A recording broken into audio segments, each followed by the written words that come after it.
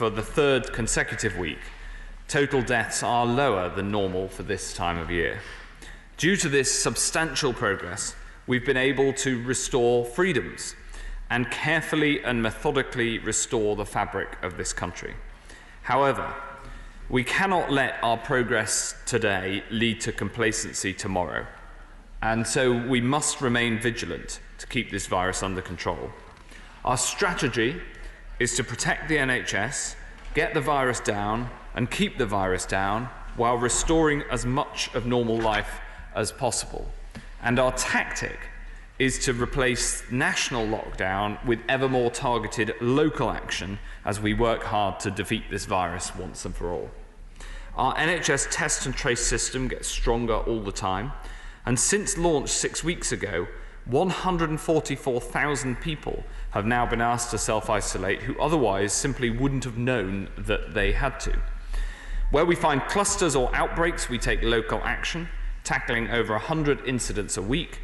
Mostly these are small, in an individual care home or pub or factory, but we're also prepared to take action on a wider basis if that's what it takes, just as we did in Leicester. 4 permanent test sites and 10 mobile testing units have been deployed across the city, meaning that Leicester now has the highest rate of testing in the country. We've launched one of the biggest communication programs that Leicester has ever seen, including targeted social media posts, website banners, radio ads, billboards, and even bin stickers. And we've been working closely with all parts of the local community, including community leaders, local businesses, and the local football and cricket clubs to get the message out. We've also established a process for making decisions to lift the lockdown, with the first decision point later this week.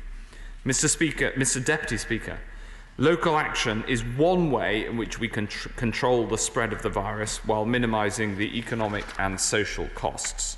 Another is to minimise the risk as we return more to normality. In recent weeks, we've reopened retail and footfall is rising.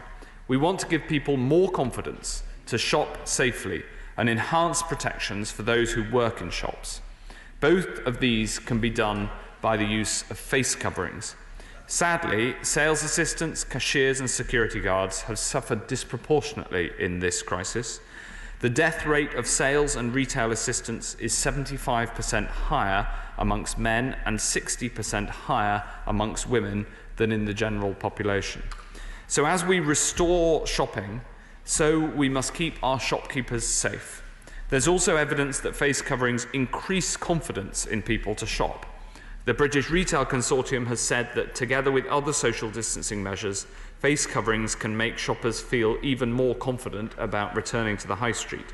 And the chair of the Federation of Small Businesses has said that small firms know that mandatory face coverings have a part to play, and I quote, in the nation's recovery, both physically and financially, and that he is sure this will be welcomed. We've therefore come to the decision that face coverings should be mandatory in shops and supermarkets. Last month, we made face coverings mandatory on public transport and in NHS settings. This has been successful in giving people more confidence to go on public transport and to a hospital setting when they need to, providing people with additional protection when they're not able to keep 2 meters from others, particularly people they do not normally come into contact with. Under the new rules, people who do not wear a face covering will face a fine of up to £100 in line with the sanction on public transport. And just as with public transport, children under 11 and those with certain disabilities will be exempt. The liability for wearing a face covering lies with the individual. Should an individual without an exemption refuse to wear a face covering, a shop can refuse them entry and can call the police if people refuse to comply. The police have formal enforcement powers and can issue a fine. This is in line with how shops would normally manage their customers. And enforcement is, of course, a last resort, and we fully expect the public to comply with these rules as they've done throughout the pandemic. I want to give this message to everyone who has been making vital changes to their daily lives for the greater good. Wearing a face covering does not mean that we can ignore the other measures that have been so important in slowing the spread of this virus: washing your hands, following the rules on social distancing. And just as the British people have acted so selflessly throughout this pandemic, I have no doubt they will rise to this once more. Mr. Deputy Speaker, as a nation, we've made huge strides in getting this virus, which has brought grief to so many, under control. We are not out of the woods yet, so let us all do our utmost to keep this virus cornered and enjoy summer safely. And I commend this statement to the House. Jonathan Ashworth. Grateful, Mr. Deputy Speaker, and I thank the right honourable gentleman for his statement. After days of ministerial muddle, we finally have a decision. I've long warned that this virus exploits ambiguity and that mixed messaging in a pandemic is so damaging. On Friday, we had the Prime Minister saying he favoured face masks. On Sunday, we had the Chancellor of the Duchy of Lancaster saying he didn't favour face masks. Yesterday, the Justice Secretary, unsure what to say, had to say, in the end, he was perhaps in favour of face masks. It didn't have to be this way. We didn't have to have this confusion. We've long known about airborne transmission via aerosols. He's long warned about asymptomatic transmission. The Royal Society, the World Health Organization, has long recommended wearing face masks. Even Donald Trump now wears a face mask, although admittedly it's because someone told him he looks like the Lone Ranger, Mr. Deputy Speaker. The chair of the Health Select Committee, his predecessor, has long warned about wearing a face mask, and his own advice, published on the 11th of May, advised in favour of wearing face masks. So why has it taken 2 months for him to make this advice mandatory? And why will it take another 11 days for the measure to come in? The World Health Organization has said throughout this pandemic, act with speed, but yet again, this government appears to be in the slow lane. All we need and want is clarity. So can we also have clarity in other areas? What now is the position on workers returning to offices? Does the government want them to return to offices, yes or no? And can he offer greater clarity to the people of Leicester, now in the 17th week of lockdown in my city? Can he tell us what metrics will be used to judge whether Leicester can ease out of lockdown later this week? When will he make that decision? And how will he communicate that decision to the people of Leicester? And can he clarify why the Business Minister, the Honourable Member for Stratford, has ruled out extra support for Leicester businesses and employers, contradicting the indications that he gave to the people of Leicester? When people are worried about their jobs, this mixed messaging is the last thing they need.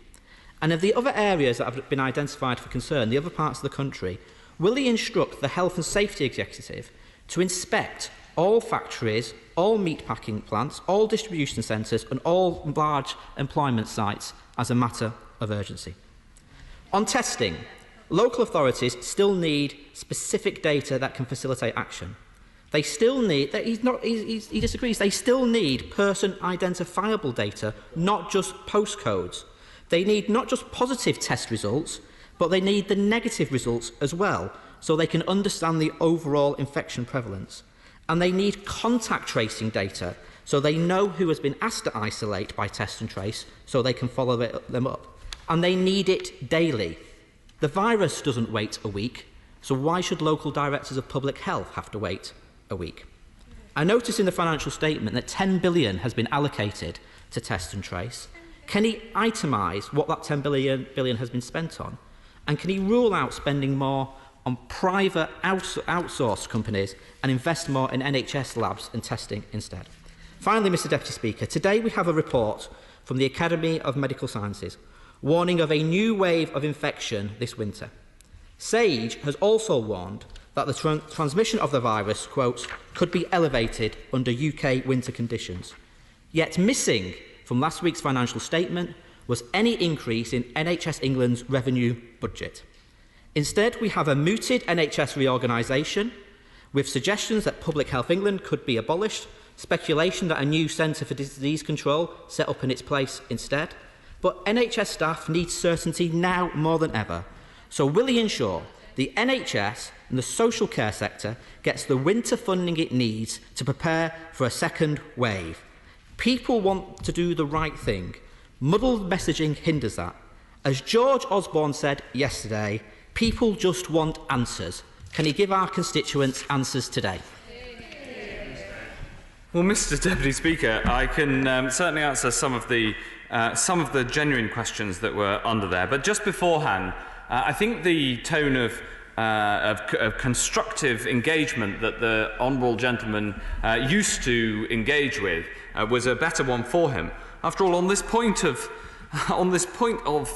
face coverings, we clearly follow the evidence on face coverings, and I set out some of the reasons why now is the right moment to introduce this policy. But trying to turn this into a party political football ill behoves the honourable gentleman, not least because his colleague, the member for Norwich, said yesterday, "What is Labour's policy on face masks? On that specific detail, I don't know. I'd like to know, as if we're going to call for clarity, it would be good to have clarity on our own policy." So I think we can take the criticisms from the front bench opposite with a pinch of salt. On the specific substantive questions that he asked on Leicester, I set out that there is a process for whether changes can be made in Leicester. And the process is that we will look at 14 days of data. It is today 14 days since the measures were introduced. We'll look at that on Thursday of this week and make a public announcement as soon as is reasonably possible about whether and if any changes can be made to the situation in Leicester. Thankfully, the numbers have been coming down in Leicester, and we've put in that extra testing. But the number of positive cases in Leicester is still well above the rest of the country, and I won't prejudge the decision that we'll take on Thursday, and we'll take into account all of the data. He asked for specific metrics. We won't set out specific thresholds. Instead, we'll look at all of the data, both the level and the rate of change, and make the appropriate decision in consultation with the local authorities. He asked about health and safety inspections. Absolutely, there are risk-based health and safety inspections on all of the types of facility that he mentioned, and absolutely this needs to be based on risk. For instance, we've seen across the world meatpacking factories have a much higher risk of having an outbreak, and so we have targeted inspections on those. He asked about data. Patient identifiable data is available to local authorities when they sign a data protection agreement. Of course there has to be a data protection agreement, and as he knows, we plan to publish more and more of this data as open data. So we will continue, Mr. Deputy Speaker, the work to control the virus. We'll continue to bring in measures as they are appropriate, and I look forward to a return to the spirit of constructive engagement for which the honourable gentleman is so well known. Jeremy Hunt.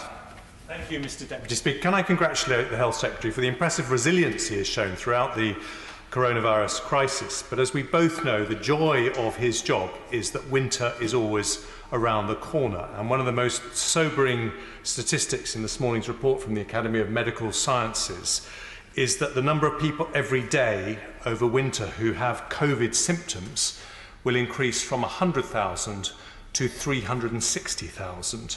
And it is obviously vital to know which one of them have coronavirus and which of them just have regular winter flu. And they say it's essential to have a massive ramp up of testing and tracing capability before then. So could I ask him what his plans are to do that, and when he does that, will he be able to do what not just Sir John Bell, but Sir Paul Nurse and many other distinguished scientists are calling for, which is routine testing for NHS frontline staff? Thank you very much, Mr. Deputy Speaker. Well, I take very seriously the Royal College report. We are engaged in a massive ramp-up of testing and of the contact tracing that my right honourable friend has long championed. The scale of the ramp-up of testing will be big enough to cope with the sorts of figures that are described in the Royal College report. That's even on the current testing technology. If there's a breakthrough so that we can get a testing technology that's even easier to roll out, where it can be done at the bedside, next to the in the community, rather than having to be sent to a lab, then we will be able to have an even bigger rollout.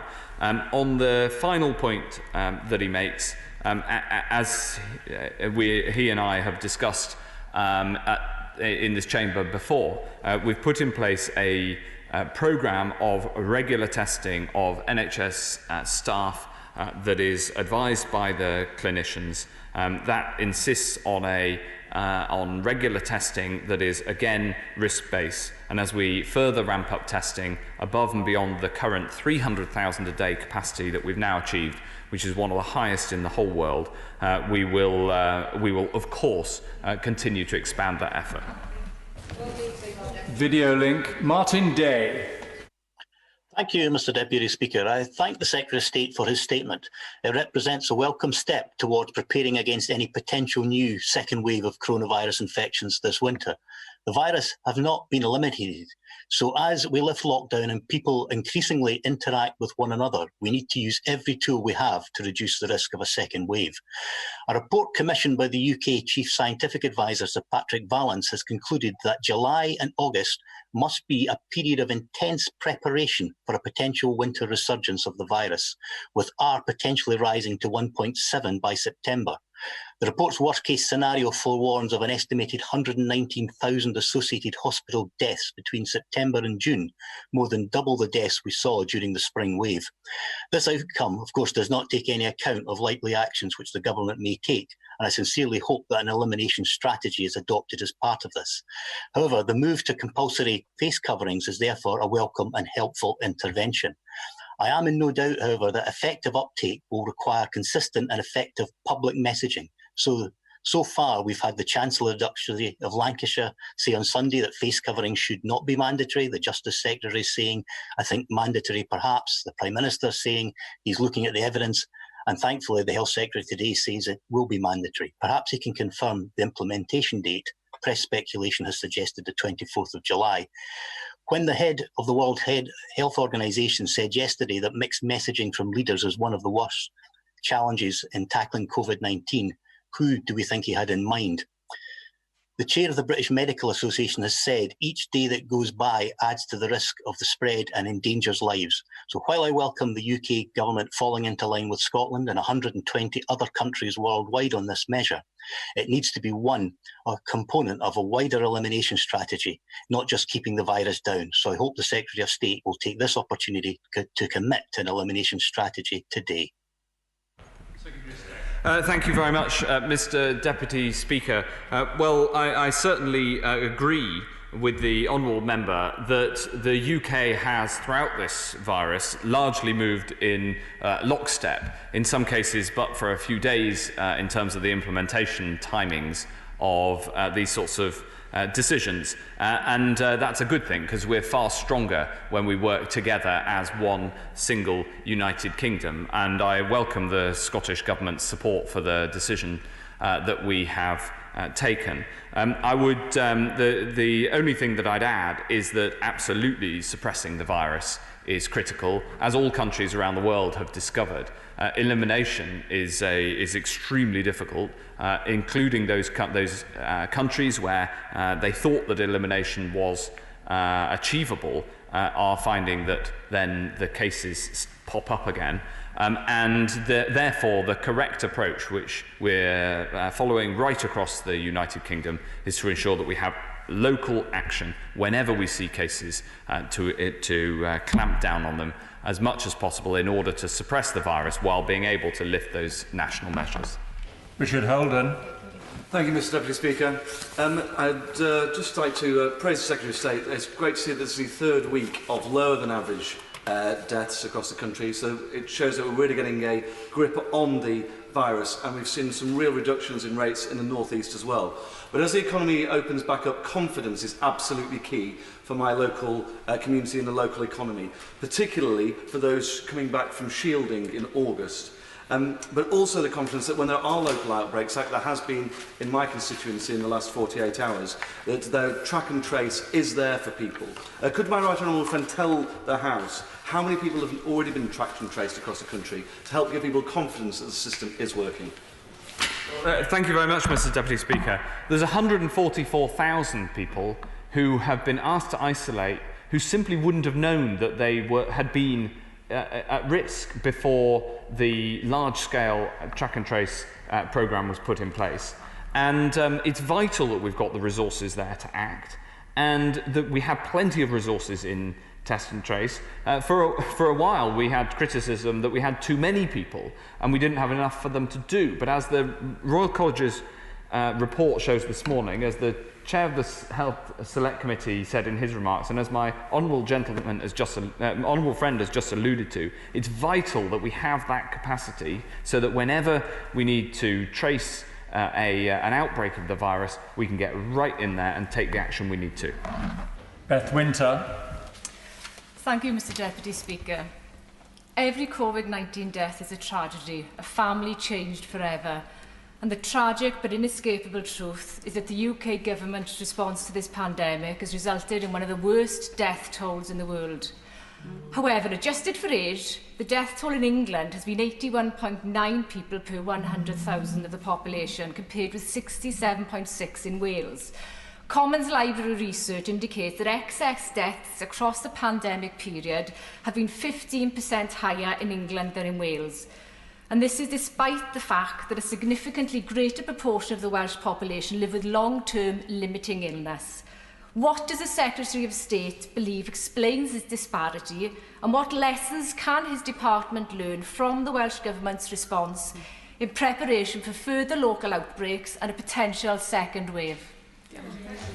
Thank you very much, Mr. Deputy Speaker. I've been engaged positively with the Welsh Government throughout this, and where we have concerns, for instance, the outbreak that the Welsh Government was handling in Wrexham or on Anglesey, we have been in communication about it, and especially where there's an issue on the border. I'd caution us slightly against the sorts of comparisons that she makes, but what I would say is that this exercise is best conducted together, and that's why we take the approach that we're tackling this virus across the whole United Kingdom together. Virtual link, Peter Bone. Thank you, Mr. Deputy Speaker. Secretary of State, could you say why the new policy on face coverings was announced to the media last night rather than to Parliament first? Mr. Deputy Speaker, I've come to Parliament to explain it at the first opportunity. Liz Saville-Roberts. The Academy of Medical Sciences is very clear. Prepare now for a winter COVID-19 peak. Now, surely we must grasp this chance to learn from past mistakes, such as PPE shortages and a Welsh Government gazumped by the British Government on testing equipment. Will he commit to a rapid review, not to point the finger of blame, but to stand ready to implement what we've learned before winter is upon us? Mr. Deputy Speaker, this attempt to divide us is very unfortunate. The UK government has put testing capacity into Wales that is bigger than the NHS Wales's own capacity, and we do that in Scotland as well with the same effect. We're working together in partnership across the United Kingdom, and absolutely we're making the preparations now for winter, as she and every other member of this House would expect us to. Angela Eagle. Thank you, Mr. Deputy Speaker. Secretary of State, if test and trace is going to work effectively and people are going to take the advice that they're given via that service, some of them will find it difficult because they're earning no money and there's a choice between self-isolating and being able to pay the bills. So will the Secretary of State look once more about the issue of sick pay for those, especially in local lockdowns, who are asked to self-isolate on behalf of all of us? Yes, Mr. Deputy Speaker. Of course we keep this under review. The evidence shows that the most important difference that we can make to get yet more people into the test and trace system is for everybody who has any symptoms at all, if in doubt, get a test. That is where the biggest gap is, and that's partly due to the number of cases where people have no symptoms, where of course they themselves wouldn't know that they need to get a test, and finding them is incredibly important and done through contact tracing. But also making sure that people, if anybody has coronavirus symptoms and therefore needs a test, should come forward and get a test. And if in doubt, get a test. And there is, of course, an important consideration to make sure that people are supported if they need to isolate. And we're working closely with business to ensure that that happens. Simon Fowle. Thank you, Mr. Deputy Speaker. The experience of this virus in Barrow-in-Furness is that it's hit most those who've got underlying health conditions or who live in areas of deprivation. Surely a lasting legacy from coronavirus should be a move towards early intervention, so we can lift people out of health inequalities and deal with issues before they become intractable problems. I wonder if my right honourable friend might be able to share his views on this approach. Yes, I strongly agree with this point of view that's been so eloquently expressed by my honourable friend. It is critical that, as well as tackling coronavirus and the economic consequences of the action that we've had to take, that we also tackle the deep-rooted health inequalities which have exacerbated this disease and its impact on many people. This is a critical part of the levelling up agenda. Issues like obesity in particular clearly have an impact on how badly people are affected by coronavirus, and we need to take action in order to make sure that people get more equal life chances across this country. Yvette Cooper. Thank you, Mr. Deputy Speaker. Transparency and trust are crucial to any public health crisis, but public health directors still need household data on infections, not just postcode data. And Wakefield District have told me this afternoon they're still not getting the household data on the positive tests, even though we've had outbreaks at Forza meat processing factory and also at Urban House asylum accommodation. And the public also need proper weekly cases information, not just at local authority level, which in itself is hard to get hold of, but also at town level, at constituency level. Will he not now publish for everybody across the country that more local, constituency or town level data on the weekly cases each week? Mr. Deputy Speaker, the information that she has requested is available to Directors of Public Health in upper tier local authorities, and we're extending that further. And in addition to that, I want to see much more data published as open data, and I've requested that happens, and I'm sure that it will happen soon. But the truth is that following requests from Directors of Public Health right across the country, we have extended a huge amount of data to them. And those that have signed data protection agreements in upper tier local authorities who have the statutory responsibilities for dealing with this have got the data down to the personal details that she requests. Robert Goodwell. Thank you. On a conference call with the North Yorkshire Resilience Forum yesterday, I discovered that whilst the Borough of Scarborough had experienced 561 cases in total, apart from one isolated case on the 3rd of July, we'd not had an infection since June the 23rd. So would the Secretary of State join me in paying tribute to the people of Scarborough and Whitby for so assiduously not only following the government guidelines, but applying liberal quantities of Yorkshire common sense?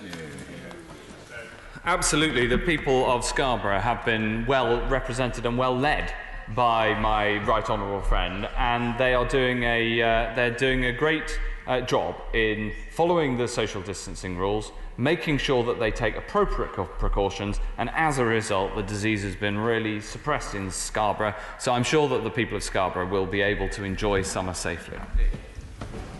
Video link, Dr. Lisa Cameron.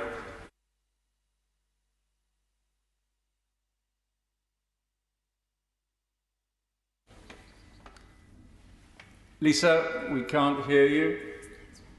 Can you try one more time, Lisa? We're going to come back to you at the end, Lisa, and we'll try and sort out the technical problem. James Sunderland. Mr Deputy Speaker, could the Secretary of State please outline what is being done to enhance procurement resilience within the NHS, and also what is being done to ensure that British companies get orders of PPE, not just China? Yes, Mr Deputy Speaker, I'm absolutely determined to see this happen. Many British companies have stepped up to the plate to deliver PPE, and a very significant proportion of our PPE will be manufactured in the UK by the end of the year. It's a very important part of our global resilience.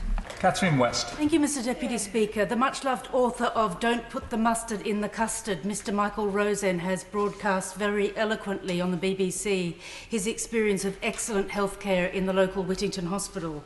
However, what he has also expressed very eloquently on Twitter is the sequelae or after effects of COVID. What urgent steps is the Minister taking to address in the community tailor-made experience, proper healthcare for those who are still suffering months after they've had COVID? Mr Deputy Speaker, the Honourable Lady raises an incredibly important question for the small but significant proportion of people who have long-term detrimental effects from coronavirus.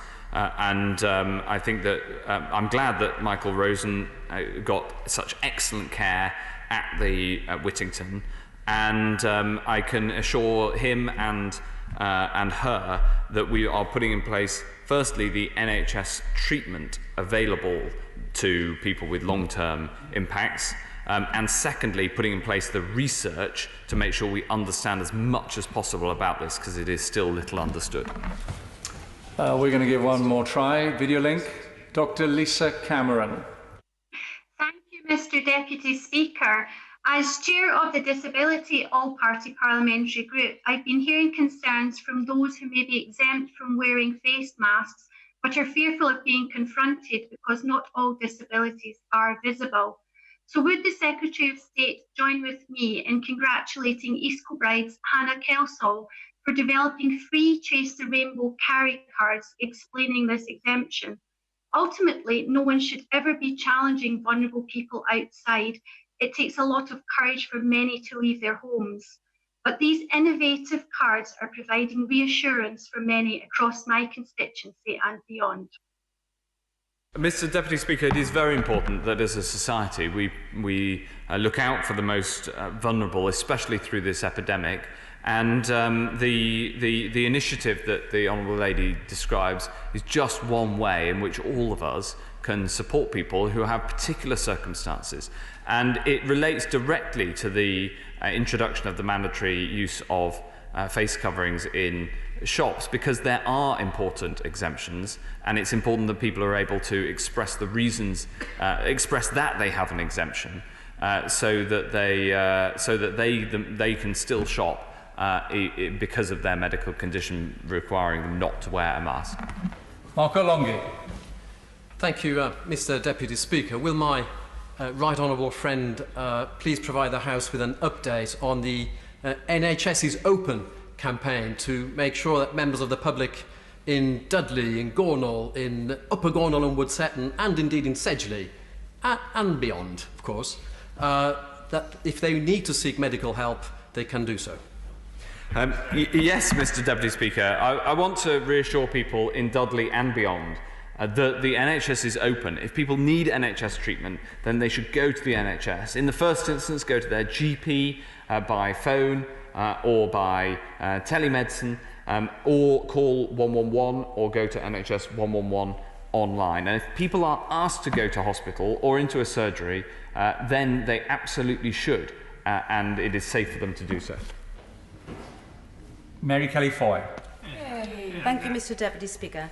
The only way directors of public health can properly tackle COVID-19 is through an integrated approach to testing, tracing and outbreak management. Currently, the system of the government is treating each of those separately, with little regard to how they are interconnected. Does the Secretary of State accept the limitations of this system, and will he reallocate resources so that regions can develop integrated approaches for coronavirus test, trace and management? Mr. Deputy Speaker, all of those things are absolutely vital to be brought together, both at a national and at a local level. They are, and I think that the actions that have been taken under the NHS Test and Trace programme, whether that's national actions or local actions and the interaction of the two, the work that's gone on so far is testament to the fact that we are increasingly integrating the national and local work, and we're increasingly ensuring that the best high quality data available is shared. Scott Mann. Thank you, Mr. Deputy Speaker. In the unlikely event that it get a local outbreak in or town or village in Cornwall in the summer, could the Secretary of State outline what a local lockdown might look like for local people and anyone holidaying in Cornwall over the summer? Yes, Mr. Deputy Speaker. A local action can be anything from action in an individual business premise, an individual farm, as we saw in Herefordshire over the weekend, an individual GP surgery, up to a group of organisations, or indeed, if necessary, a whole city. And the approach that we take is that for an individual premise, that is largely a decision for the local Director of Public Health to take.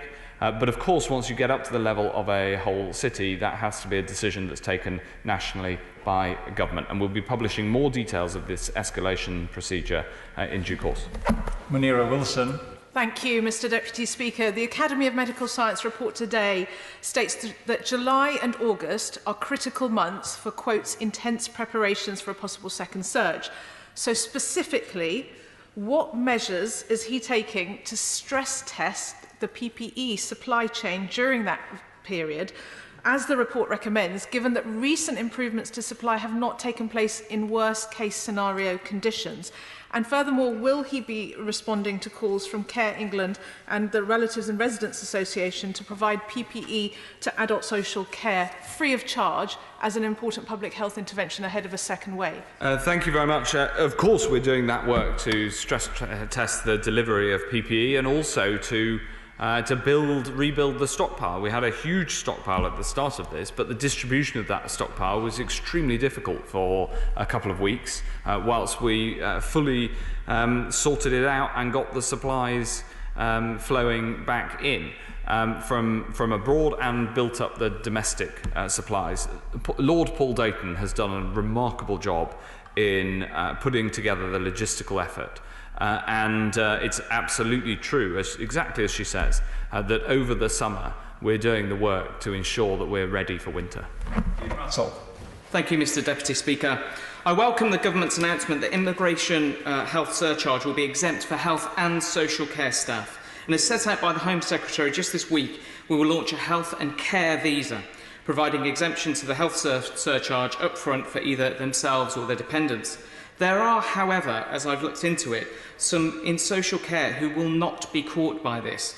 And so could my right honourable friend please update the House on how he plans to ensure these social care workers will be exempt from paying the health surcharge?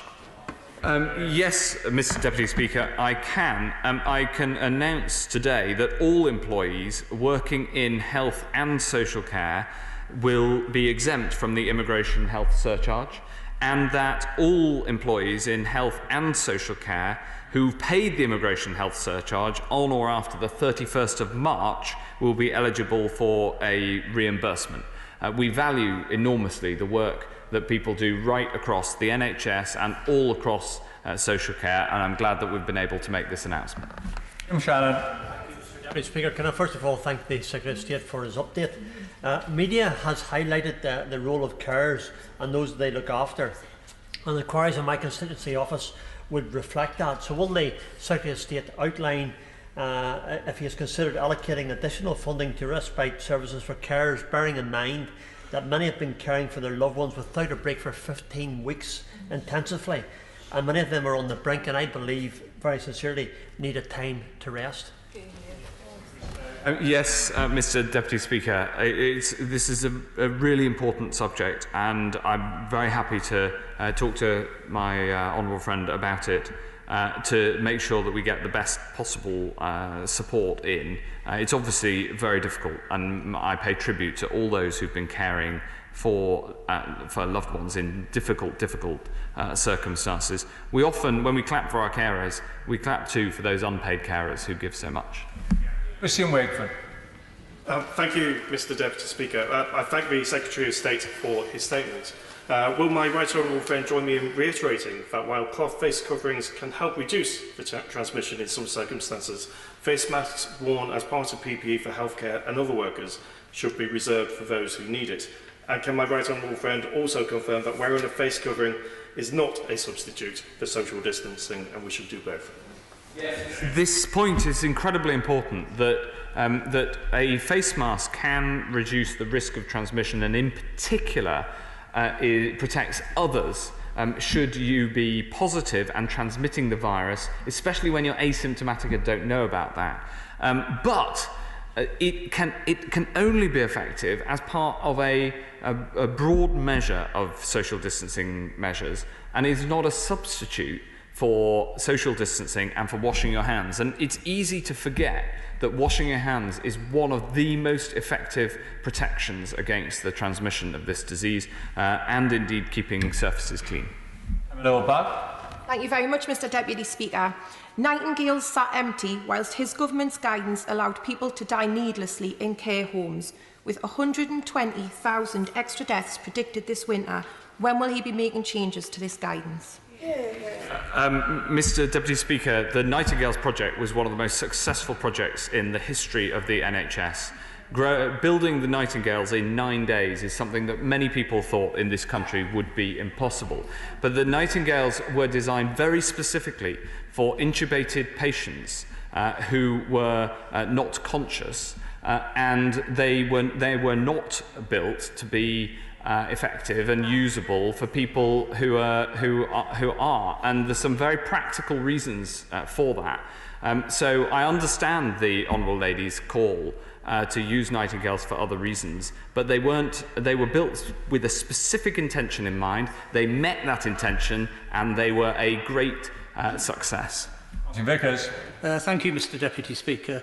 The pandemic has inevitably led to a backlog in other treatments, and that's obviously causing anxiety amongst my constituents. Can my right honourable friend give an assurance that the Northern Lincolnshire and Goole Hospital Trust and the 2 CCGs that serve my constituency will have the additional resources they need to meet the backlog? It's absolutely vital that we deal with this backlog of cases that is building up because of the absolutely necessary requirement in the peak of the crisis to pause a lot of that activity. And I can absolutely assure him that we'll continue to support and protect the NHS, including with increased resources. It brings me back, Mr. Deputy Speaker, to something that the Honourable Gentleman opposite said at the start that I should have responded to, which is that he seemed to complain about the £1.5 billion of capital funding that we've put into the NHS recently. But of course it's very important also that we take forward the measures to ensure that there's capacity there too. Chris Elmore. Thank you, Mr. Deputy Speaker. Of course, the whole House hopes that in the coming months a vaccine will be developed that can be possibly rolled out early in the new year. But in the meantime, I know this issue is close to the Secretary of State's heart. 58 million people, up 7.7 million since the outbreak across the UK and the US, have joined anti-vax Facebook pages. Tech companies, mainly Facebook, have made more than $1 billion supporting and advertising anti-vax sites, including selling fake cures and discouraging the public from gaining any medical support when showing signs of COVID. As we move towards finding a vaccine, can I press the Secretary of State now to look at putting in more investment into ensuring that we tackle these anti-vax sites? Because as it's been described by many, it simply is an ideological dirt bomb waiting to go off. He's absolutely right, and he and I are passionately of one voice in this, as I think is the whole House, that the government will only recommend a vaccine when it is known to be safe and effective. And we then need to administer that vaccine, and people can have confidence in having it. And people who propagate untrue myths about vaccines are putting lives at risk. This is true with the measles jab, it's true with other jabs too, but it is true in this case. The social media companies have an important responsibility. They have taken some action already, and I pay tribute to them for that. In fact, I have a meeting later this week with a Mr. Nick Clegg, who is in a position of responsibility with Facebook, but it's not only Facebook and Instagram who have taken action, but we'll be discussing what more action can be taken to make sure that people who are propagating lies about vaccines do not manage to spread those lies. Andrea Letson. Thank you, Mr. Deputy Speaker. Nobody has worked harder than my right honourable friend to try and save lives and protect people throughout this pandemic. But I know that he, like me, would like to see a safe and fast economic recovery. So can he clarify something, please, for my constituents? I have wedding events organisers and business meetings organisers who are genuinely asking, what's the difference between a restaurant that can safely social distance with perhaps 60 covers and a wedding that's only allowed 30 people who are also social distancing with all of the motivation to do so? Is there some health reason for that, or is that simply a straightforward matter of trying to reduce the return to economic activity? No, this is essentially a judgment about ensuring that people have the appropriate social distancing with, of course, the maximum return to economic and social life as is possible. There's a judgment as to where these sorts of restrictions are put. They're the sorts of restrictions nobody would ever want to put in place. But it is true that the problem here is that the virus thrives on social contact, and exactly the sort of social contact that people want to undertake when they're celebrating something like a wedding. And you can't negotiate with this virus. All we can do is try to have the right balance of measures to keep the spread of the virus down, whilst also allowing the restoration of economic and social life. And ultimately, the rules that we've put in place around this are judgments. They're the best judgments we can make with the information available. We constantly keep them under review, as I hope my right honourable friend has seen, for instance, with the reopening of nail bars and beauty salons this week, and we'll keep them under review as we keep the data on the spread of the virus under review. Alan Bryan. Thank you, Mr. Deputy Speaker. In the statement, the Secretary gave a statistic that says retail workers have got a far higher than average chance of being affected by COVID-19. So if that's the case and mandatory face masks are about saving lives, why is it taking so long to take action to make it mandatory, and why is the reported implementation date July the 24th? Well, the implementation of this will be on the July the 24th to ensure that that shops and businesses have time to put this into place and to make sure that the implementation can be done in an orderly way. Desmond Swayne. Nothing would make me less likely to go shopping than the thought of having to mask up. Was this consultation with the police force, and particularly the Chief Constable of Hampshire? For it is she that will have to enforce this monstrous imposition against myself and a number of outraged and reluctant constituents. Mr. Deputy Speaker, the balance in the need to restrict the spread of the virus, whilst also allowing the ancient liberties of a gentleman to go shopping, is a difficult balance to strike. And we have made the judgment that the best way to strike it is to allow a gentleman to go shopping, but require him to wear a face mask. And of course, the enforcement is for the police, but the enforcement is, I think, will largely be undertaken by the British people themselves, who have been remarkable in their fortitude at sticking with these rules, even whilst they may be a frustrating imposition. Video link. Margaret Greenwood. Thank you, Mr Deputy Speaker. Wirral Council has led the way in recognising the importance of the work that care workers do by making funding available for providers to pay them the real living wage for this financial year. However, the scheme is not mandatory and not all care homes currently pay it. The government has taken £7.7 billion out of adult social care budgets since 2010, and the care sector is facing real challenges. When will the government step up and fund social care properly to ensure that all care workers earn at least the real living wage? Deputy Speaker, I'm incredibly proud to have supported the introduction of the living wage. We brought that in and it has had a bigger impact on care workers' salaries than on the pay of almost any other sector. And the introduction of the living wage is a real testament to the fact that this government supports the lowest paid workers to get the support they need. And that is true in social care across the board. And she says it's not mandatory. It absolutely is mandatory and it is enforced, and we're putting the living wage up. Ben Spencer. Thank you, Mr Deputy Speaker, and I, like many colleagues across the House, pay tribute to my right honourable friend and his team for driving down infections across the country. One of the lessons we've learned through this pandemic is that while it's easy to impose restrictions, it's a lot more difficult to lift them.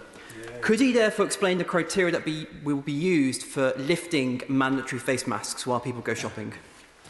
Well, Mr Deputy Speaker, in the same way that these are judgments on the way in, they're judgments on the way out. And we'll have to make that judgment according to the spread of the virus, and in particular the risk level imposed by people catching the virus. And we'll keep all of these things under review. Video link, Rosie Cooper. Thank you, Mr Deputy Speaker. The data currently has an inbuilt delay, and the ability to do test, track and trace effectively needs the shortest time between testing and local action for the greatest success. Simply, the more local control, the quicker things will happen. Because there are more handovers, the more time it takes, the less successful it is. So I'd like to ask the Secretary of State why he doesn't trust local systems, including the NHS. There are those who think that this is an attempt to discredit NHS labs. On the contrary, NHS labs have done an incredibly important job. We've expanded the NHS labs enormously, and we've brought in the drive-through centres. This is a massive team effort, and trust amongst the team is an incredibly important part of getting this right. And she's absolutely right about concatenating the time taken from the suspicion of somebody having COVID through to not just getting the test and getting the test result. All those times are coming down, but also then taking action based on the result, whether that's isolating the contacts of that individual or indeed taking wider action if it's part of a cluster or indicates that there might have been an outbreak. So I entirely agree with that part of the premise of her question. It's very, very important, a huge piece of the work of the NHS Test and Trace at the moment. And as per the second part of the question, all I'd say is we're doing everything we can to bring the system together with the support of all those involved. Michael Wood. Thank you, Mr Deputy Speaker. Most COVID deaths in hospital are now understood to be due to sepsis as a complication. In light of the former CMO's concerns around increased antibiotic use during the pandemic, can my right honourable friend reassure me, firstly, that the data on COVID-19 are granular enough to identify the mode of death of patients in hospitals, and secondly, that the government will support the NHS, if challenged, when making prescribing decisions in these unimaginably difficult times?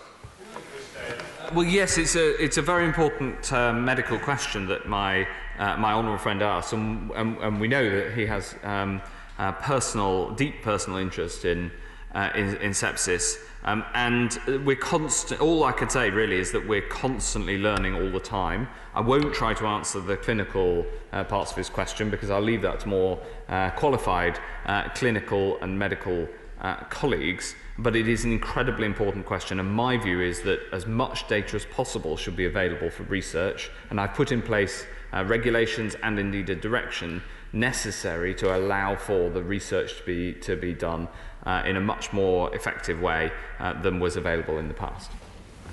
Video link, Bill Esterson. Italian doctors are once again warning us, this time of the threat from coronavirus of a series of life-limiting illnesses which can affect anyone who has had even the mildest of infections, including the Secretary of State and other members of this House. Sometimes the illness only returns many months later. The advice from Italy is everyone who catches the virus faces a long-term threat to their health. Can we listen to their advice this time? This is about so much more than masks in shops and a completely inadequate test and trace system. Mr. Deputy Speaker, it's a shame because the honourable gentleman makes a really important point and masks it in unfortunately adversarial language, because the test and trace system is getting better and better. Masks in shops are important, but the underlying point that he makes is absolutely right, that the long-term impacts of this on some people can be very significant, and there's growing evidence of that. I've put in almost £10 million worth of research funding to try to understand that better. The NHS has built an NHS service for people in those circumstances. He's quite right that the long-term impacts can affect anyone, no matter how mild the initial illness. Thankfully, I don't appear to have any long-term effects that I can tell or that I know about, and I'm fine, but I'm grateful to his interests. What I would like to do is work alongside him to try to understand this as well as possible, and we absolutely are listening to the evidence from right around the world on this vital question. Lee Anderson. Thank you, Mr. Deputy Speaker. In a short space of time, Kingsmill Hospital in Ashfield has gone from inadequate to an outstanding rating from the CQC. During this pandemic, the hospital has been fantastic in providing brilliant care in Ashfield and in supplying PPE to care homes, funeral directors, chemists and anyone that needed them. Would my right honourable friend please say a big thank you to all staff, including the Chief Executive, Richard Mitchell, hospital cleaner, Paula Wetton, porters, Michael Thorpe and Colin Ford, Scott Cairns in mattress decontamination, as well as critical care nurse Tracy Haig, who represent the very best of Ashfield, and would he please come and visit the hospital the next time he's in Nottinghamshire? Mr. Deputy Speaker, I'd love to come and visit Ashfield Hospital in person and be able to thank every single person who is there and who's worked so hard during this pandemic, from the Chief Executive, the porter, the nurses who we mentioned, and all those who played their part as part of the team. One of the things that's happened in Ashfield is that the hospital does not regard itself as separate from the rest of the community. It is deeply embedded in the community. It works across primary care, the community trust, and with the mental health trust as well. It is part of a system, and that is the future of the NHS, people working together rather than the silos of the past. Lavendu Mishra. Thank you, Mr. Deputy Speaker. Unfortunately, my written parliamentary question dated 5th of June regarding PPE for urgent dental care centres in my constituency of Stockport and Greater Manchester remains unanswered, but I'm going to try my luck with another question if that's okay. It seems likely that we have to live with COVID-19 for a long time. Data from care homes shows us that the rate of infection is higher when staff do not receive occupational sick pay. When will the Minister ensure that social care staff receive a proper pay rise, at least foundation living wage, to reflect the unbelievable work they've done during the pandemic? And when will the government legislate for occupational sick pay for all social care workers? Thank you very much. Mr. Deputy Speaker, can I, through you, just note to the House that we have been incredibly busy in the Department for Health and Social Care, and so I will get back to the written question as soon as we possibly can, but we've been both absolutely inundated with questions, but also it's been all hands to the pump to try to respond to the virus, so I hope people will understand why sometimes our responses have been a little bit slower than they would in normal times, and I'll get right across that. I take it very seriously, I think it's very important, but we do, if I may, pray mitigating circumstances, and we'll get back on top of it. On the substantive point that he raised, absolutely the increases in the living wage are very important for social care staff, and as I said in response to the earlier question, I'm very proud that we introduced it. Jack Brereton. Thank you, Mr Deputy Speaker. I know my constituents in Stoke-on-Trent South will be keen to know what progress is being made with the vaccine trials. Is my right honourable friend able to provide any further update on the progress of vaccine and treatment testing ongoing in the UK? Yes, the vaccine programme is getting all the possible support we can give it, including attention right across the top of government, being led by Kate Bingham, who is doing the job brilliantly as chair of the Vaccines Task Force. The best answer I can give my honourable friend is that no news is good news, because we're trying to prove a negative, which is prove that if you've had the virus, then you don't. If you have the vaccine, then you don't get the virus. And so the longer that we go on with the current, without hearing that there's a problem, the better. We're working to a reasonable best case scenario of getting the vaccine in some point this year, but I would stress that that is the best case scenario. The central scenario is somewhat later, and there is a chance that no vaccine will ever work. So we need to work for the best and give our vaccine programs the best possible support, but we should also be cautious about whether one will ever come off. Video link. Tulip Sadiq. Thank you. A former director of public health who lives in my constituency has been in touch with me to express serious concerns about the real possibility of a second wave of coronavirus and his fear that lessons have not been learned from the government's response to the pandemic. What plan does the Secretary of State have to get an independent body to conduct an accelerated review of the government's response to COVID-19 so far, so that we don't make the same mistakes again? Looking, Mr Deputy Speaker, at all of the evidence, and we take very seriously all of the academic, professional and medical studies into the pandemic, the response to the pandemic, both here and around the world. Dr. James Davis. Thank you, Mr Deputy Speaker. Further to today's announcement regarding the mandatory wearing of face masks in shops, is it anticipated that similar may yet need to apply in pubs and bars?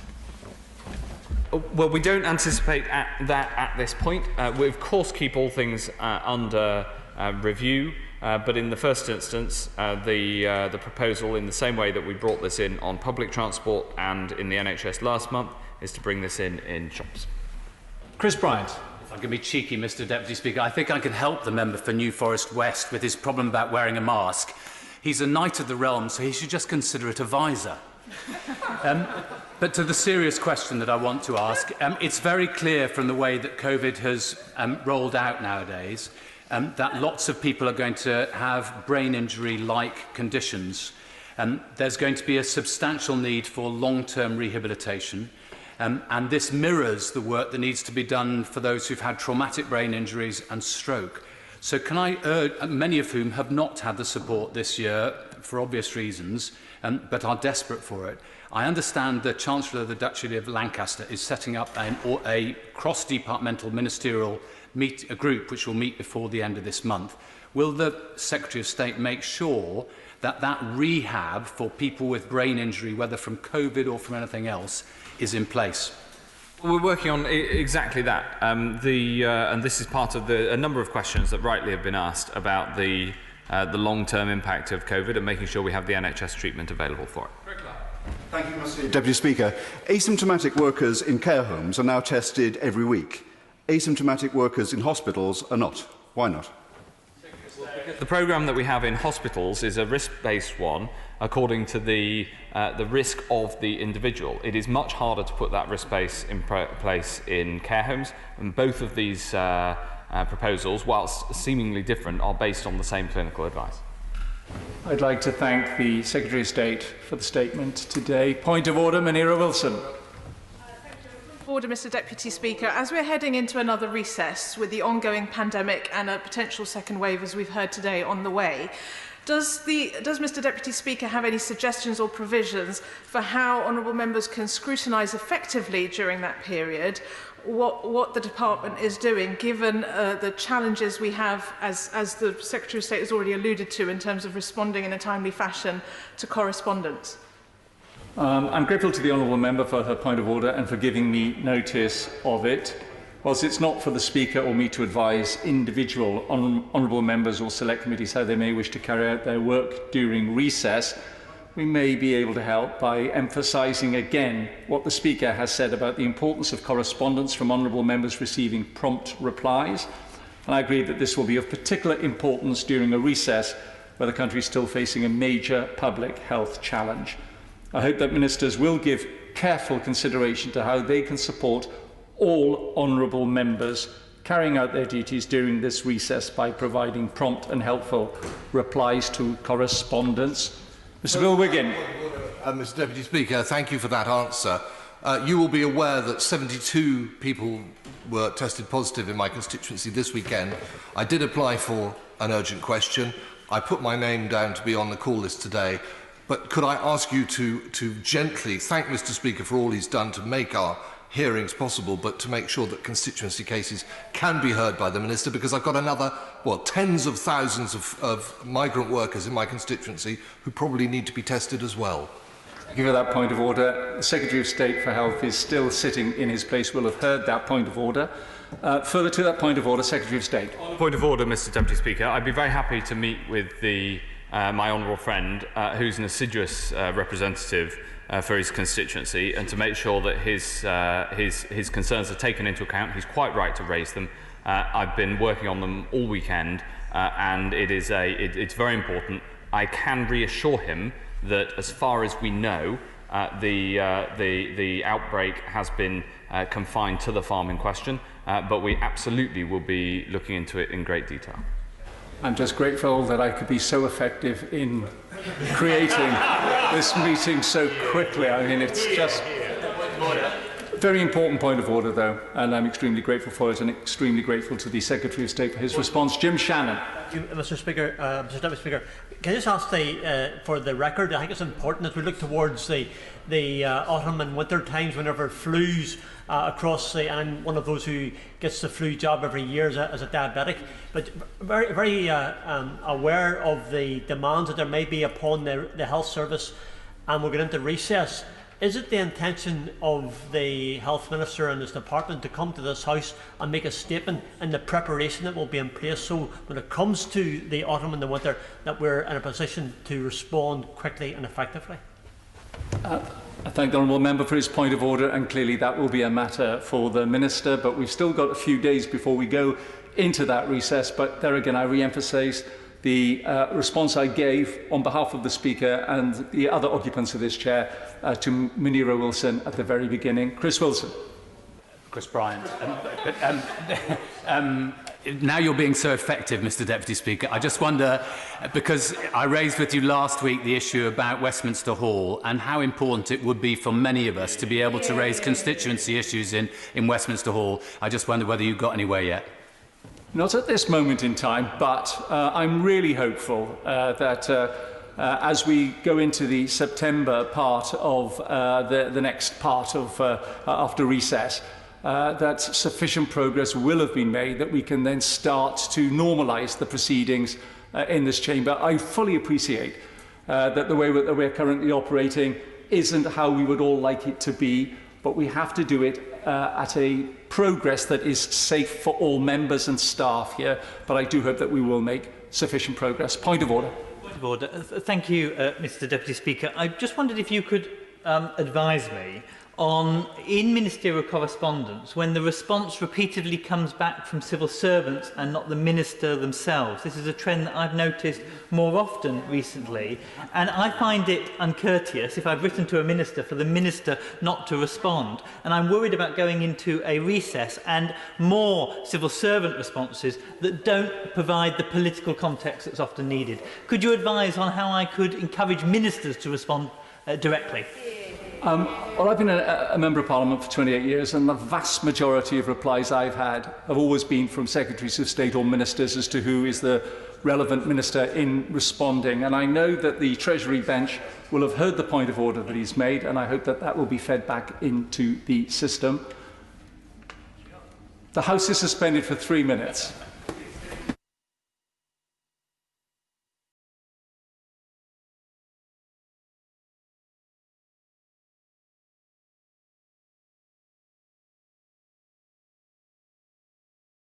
Second reading what day? Friday the 11th of September, sir. Friday the 11th of September. We now move on to the 10-minute rule motion. Liz Twist. Thank you, Mr. Speaker.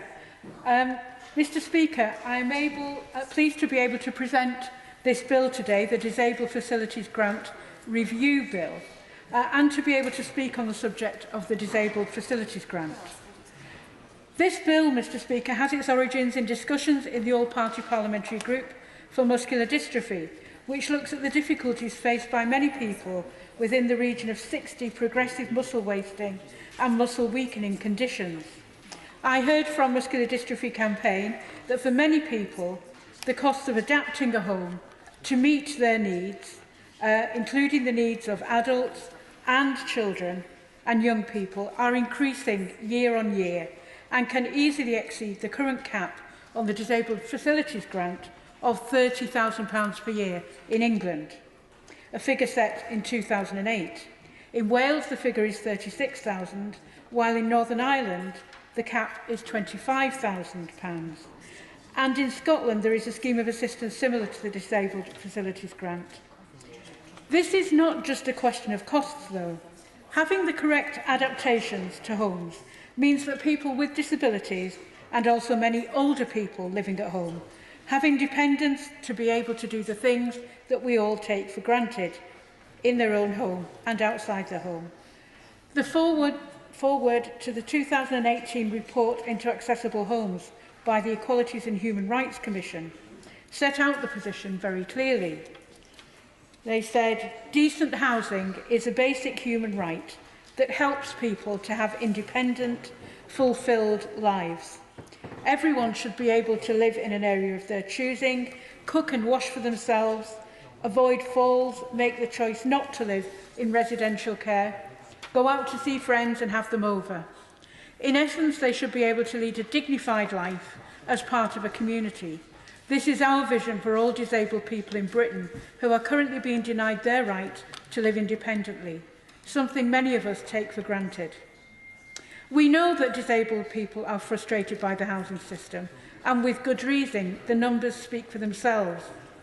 Research from charity Leonard Cheshire shows that 67% of councils report disabled people not having crucial home adaptations completed within the 12-month deadline.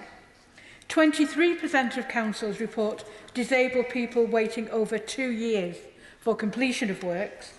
Demand for home adaptations through disabled facilities grants rose by 27% between 2015 and 2019. Last week, Mr. Deputy Speaker, the latest English Housing Survey 2018 was published. It reveals that only 9% of homes in England have the 4 key accessibility features to deem them visitable, and even that is an increase from 5% in 2005. And 57% of wheelchair users are living in adapted homes. These figures underline the importance of accessing the Disabled Facilities Grant, given that so many homes are currently inaccessible. Housing Association Habinteg estimates that over 400,000 wheelchair users are living in homes which are neither adapted or accessible. This is simply not good enough. We need an urgent review of the Disabled Facilities Grant in order to make homes truly accessible and to improve people's quality of life. When we think about those words I quoted from the EHRC, we can see how essential it is to improve access and to improve the level of disabled funding grants to meet the needs of individuals. While many disabled facility grants are comparatively modest in size and don't require massive structural change, it's absolutely vital that the cap should not prevent those who need more major changes to access them. Commenting on the English Housing Survey last week, Habinteg Chief Executive Sharon Carter said, whilst it's encouraging to see the proportion of homes with basic accessibility features increasing from 9% to 5%, as it was in 2005, it's clear that the total proportion of homes which are accessible is still woefully inadequate. The current situation is simply not good enough. We need an urgent review of the Disabled Facilities Grant in order to make homes truly accessible and to improve people's quality of life. And of course, we need to be building more homes which are accessible as well, and finding ways to make sure that this actually happens. Last week, I met with Housing Minister Christopher Pincher, together with Kerry Thompson, who is a Handed-Teg resident living in an accessible home in Milton Keynes. We met to discuss the proposed and long-delayed government consultation on accessible housing and to highlight the issue of the lack of accessible housing. I was happy that the Minister agreed to meet with us, but it's obvious that much more needs to be done. Kerry, who is a wheelchair user herself, only last week spoke of her experience of living in an accessible home. Living in an accessible home myself, she said, I know firsthand how vital they are for a disabled person like me. Accessible and adapted homes help alleviate pressures on health and social care services and budgets. They enable greater independence at home and speed up hospital discharges. This is crucial at a time when our NHS and social care provision is already under enormous strain. And in this moment, when we're all spending more time at home than ever before, having a home that's fit for purpose is very important indeed. The Department of Health and Social Care recently announced that £505 million will be made available for the DFG in 2020-21. This is the same level of funding as the previous year. This isn't good enough to meet the challenges of adapting our existing housing stock. With an ageing housing stock, higher numbers of people over 65, an increase in working age adults with long-term disabilities, and more families with disabled children, the need for essential home adaptations continues to rise, and therefore so does the need for funding. It doesn't have to be this way, and it shouldn't be this way. So what can we do? Well, this bill calls for a review of how some aspects of the Disabled Facilities Grant operate. In particular, the government should look at reviewing the Disabled Facilities Grant cap every year, using inflation-based indices so that it can accurately and consistently set the cap. Furthermore, a Disabled Facility Grant Registry should be created to enable increased transparency of the number of Disabled Facilities Grant applications and the amount requested. As I started out by saying, the Disabled Facilities Grant cap was last raised in 2008, but the cost of adapting homes has gone up and constrains the adaptations which can be made. We must ensure, Mr Deputy Speaker, that the grant covers proper professional building support that will stand the test of time, and we must recognise that we need to develop and fund the best solutions for individuals. On top of this, the government must review and address the barriers to installing adaptations in the private rented sector. More and more people rent privately, and experience shows that private landlords are often unwilling to allow changes to their properties, even if it's for accessibility purposes. But there's another aspect to this too which we need to look at. As smart technology develops and provides real benefits for people with disabilities, we must look at how we can use the Disabled Facilities Grant to enable housing stock to take advantage of these developments. Smart homes enable older and disabled people to easily operate things around their homes, to stay connected socially and to feel safe and supported, and they enable independence. And recent research shows that cost and poor digital cabling are major barriers for people to access smart home technology. So Disabled Facilities Grant should also, where it's assessed as being helpful, cover the costs of the installation of cabling and other home modifications in order to improve digital connectivity. And of course, we need to move to a position where more of the new homes we build are fully accessible. An insight report by Habinteg last year revealed just 1% of homes to be built outside London by 2030 are set to be wheelchair accessible properties. Less than half of all planning authorities have set requirements for new homes to meet higher accessibility standards. We can't continue to kick the can down the road on this issue. That's why we need that consultation on accessible housing that I mentioned. Until we have a real commitment to building that housing, we will continue to rely on the Disabled Facilities Grant to adapt our current inaccessible homes. And we need to adapt the scheme and make it better fit the needs of people, like those with muscular dystrophy, who need those essential adaptations to make their homes fit their needs and provide the independence which they are entitled to expect. Thank you. I've had no notification that anybody wishes to oppose this bill, so I propose that I put the question that the honourable member have leave to bring in the bill. The question is that the honourable member have leave to bring in the bill. As many as of that opinion say aye. Aye. Contrary, no. I think the ayes have it. The ayes have it. Who will prepare and bring in the bill?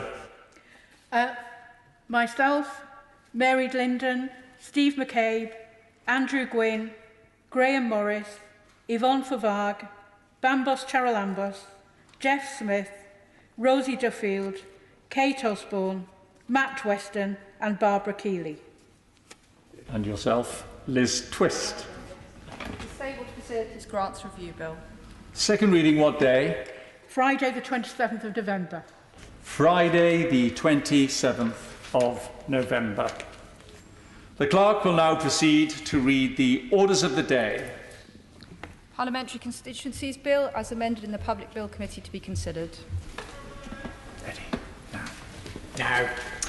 We will start with new clause 1, with which it will be convenient to consider all the other selected new clauses and the amendments as listed on the selection paper. I call Cat Smith to move new clause 1. Thank you, Mr. Deputy Speaker. I rise to move new clause 1 and amendment 1 in my name and in the name of the Leader of the Opposition, and it is a pleasure to again be speaking on this bill, as it gives me the opportunity to put on record the Labour Party's support for the boundary review in time for the next general election. And I'd like to start by thanking all the honourable and right honourable members of this House who served on the Bill Committee, in particular my honourable friend for the City of Chester, who regrets he cannot be with us this afternoon. With our current constituencies drawn up on electorate data that's now nearly 2 decades old, we cannot go into the next election based on data which will be by then a quarter of a century out of date. Our country and our communities look very different, and this review will take into account new electors as well as significant demographic population shifts. Our review is urgently needed, and we on this side of the House do not stand in the way of that. Throughout the stages of this bill, we have worked constructively to improve the legislation for the good of our democracy, and there have been areas of distinct improvement along the way. The size of the House of Commons has varied massively over the centuries. The largest Commons came in at 707 MPs in 1918, so if we consider the current social distancing measures that we're adhering to, they really would have struggled. But certainly in the last 2 centuries, we haven't dropped below 615 MPs. Reducing the number of MPs whilst maintaining the size of the executive was always an affront to democracy, and I do welcome the U-turn by the Minister on this matter. Given our departure from the European Union and this government's chaotic handling of the current pandemic, it's clear there's going to be plenty of work for 650 MPs. We supported and welcomed the amendment at committee stage to use the March 2020 register for the new boundary review.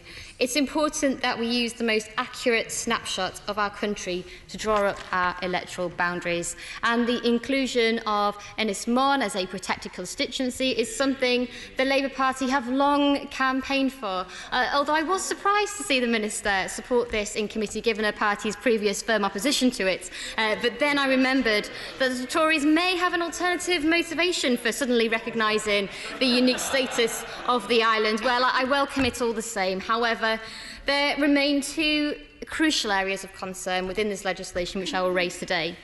New Clause 1 and Amendment 1 are crucial for the betterment of this bill, and I encourage all honourable and right honourable members to support them.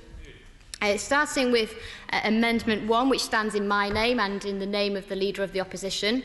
This addresses the most central problem at the heart of the bill. Ending parliamentary oversight will fundamentally undermine the democratic integrity of the boundary process for years to come. To quote a written answer to a parliamentary question in the other place, prerogative business made on the advice of the Privy Council by ordering council is not subject to parliamentary procedure and relates almost exclusively to the affairs of chartered bodies. So this process is not a normal procedure, and the opposition has concerns about its use in this bill.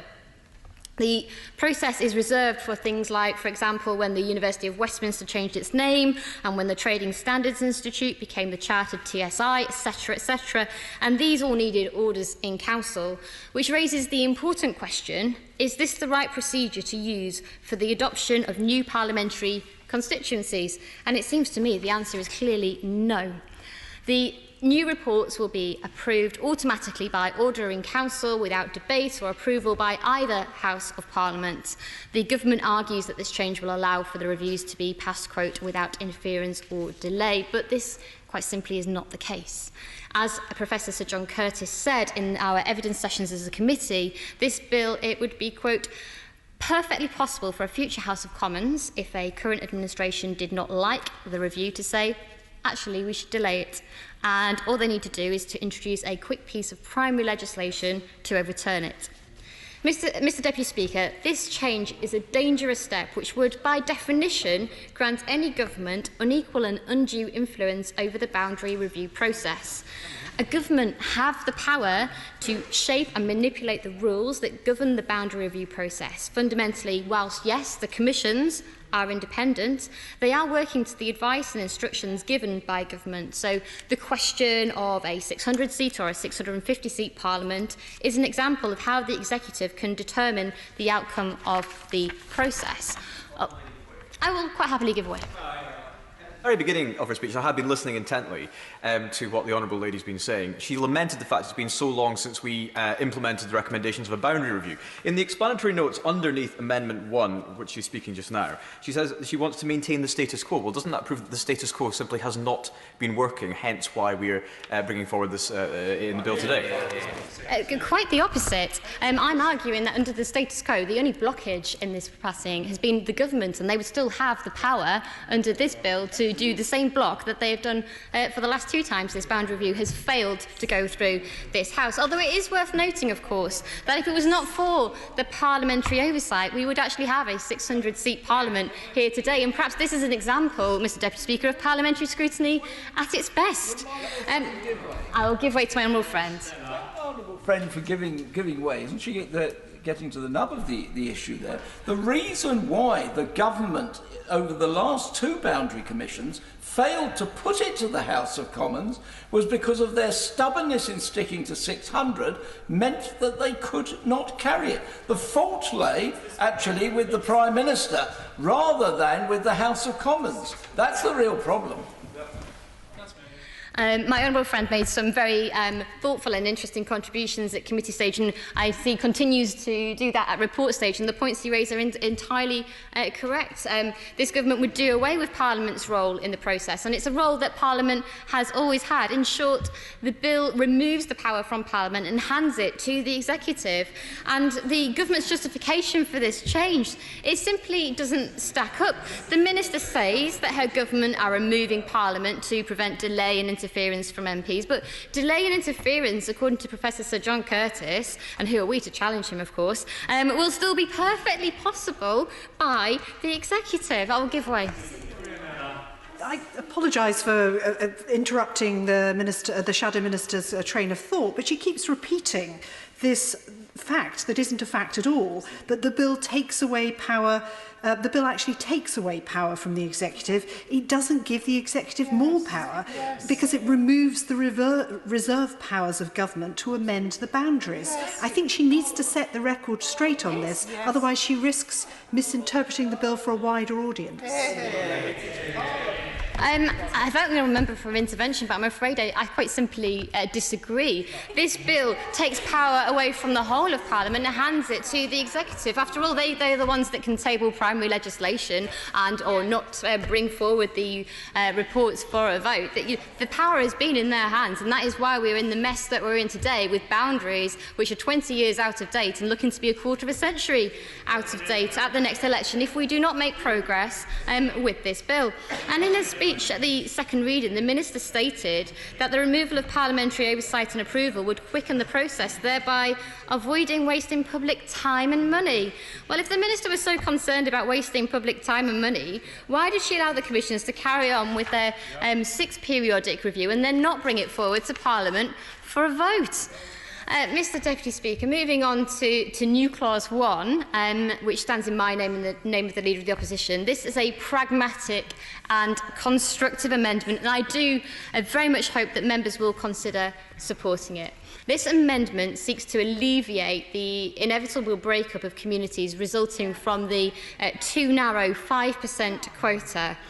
Whilst the Commissioners should always aim to hit electoral quota, there will, in some particularly challenging cases, and this amendment would allow them to have a greater flexibility of 7.5%. Now, this 5% variance from electoral quota was first introduced at the 6th periodic review, and it was introduced alongside reducing the number of constituencies to 600.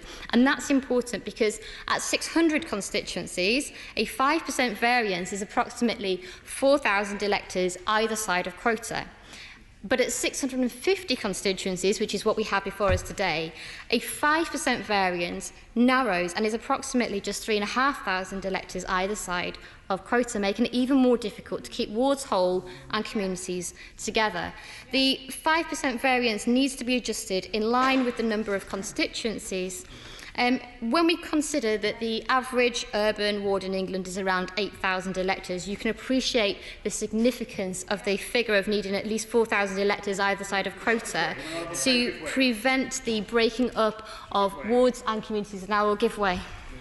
Thank you very much, Mr Deputy Speaker. I'm grateful to my honourable friend for giving way. And of course, the further point of the need for this 7.5% is it would particularly help seats in Wales, where the geography of seats, including my own, cover 3-4 valley communities. So this extra flex would allow for communities to actually stay together, where the physical geography means you cannot travel from one valley to the other without going up and down the other. And therefore, these sorts of changes really do make a difference in lots of rural and ex-industrial communities that have, shall we say, not flat land masses. I thank my honourable friend for that intervention, and he makes a very good point about the particular geography in the Welsh valleys, where the mountains do somewhat prevent communities being drawn across those mountain ranges when the transport links are so poor. And I'll give way to the honourable gentleman. For giving way. She talks about keeping communities together and about breaking up wards. Why does it matter if a ward is broken up? Surely communities are created through small building blocks. So by discarding this almost obsession the Boundary Commission have had with entire wards, huge changes could be avoided. Communities could stay together. Will she not support the idea that smaller building blocks are the way to create better constituencies that are community-based rather than artificial constituencies based on entire wards? I'd argue that the wards, which are obviously drawn by the Local Government Boundary Commission, do actually reflect communities to a great extent. And if we are going to go down the path of splitting wards, we end up with the ridiculous situation like we did at the last review, where constituencies like Port Talbot, where you had a shopping centre in one constituency and the high street of Port Talbot in another constituency. And my amendment seeks to minimise the chances of ridiculous situations like that occurring, because under the current bill, the Commission are going to struggle to respect the factors laid out in Rule 5, which, of course, you will know are the existing constituencies, local government boundaries, local ties and geography.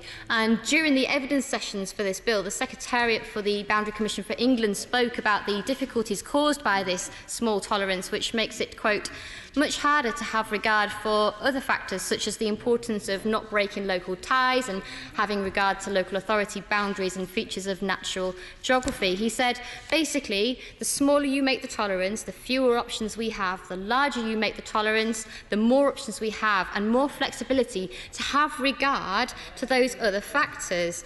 So whilst the government keeps saying the boundary commissions will listen to the views of communities in the drawing of those boundaries, some communities will literally be wasting their time putting forward those arguments if the restrictive quota will mathematically prevent the commissioners from respecting their views and community ties. I'll give way over there. For giving way.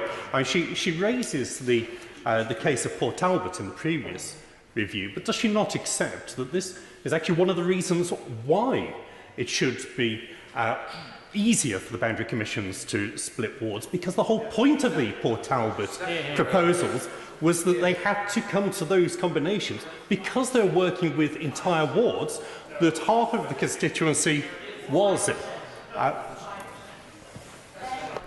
I think in the case of Port Talbot, it was the 5% quota that meant that decision had to be reached. And when we're talking about quota, we know that internationally a larger quota is used and promoted as best practice for securing fair representation. Indeed, the Council of Europe's Venice Commission's Code of Good Practice in Electoral Matters recommends allowing a standard permissible tolerance, an average of plus or minus 10%.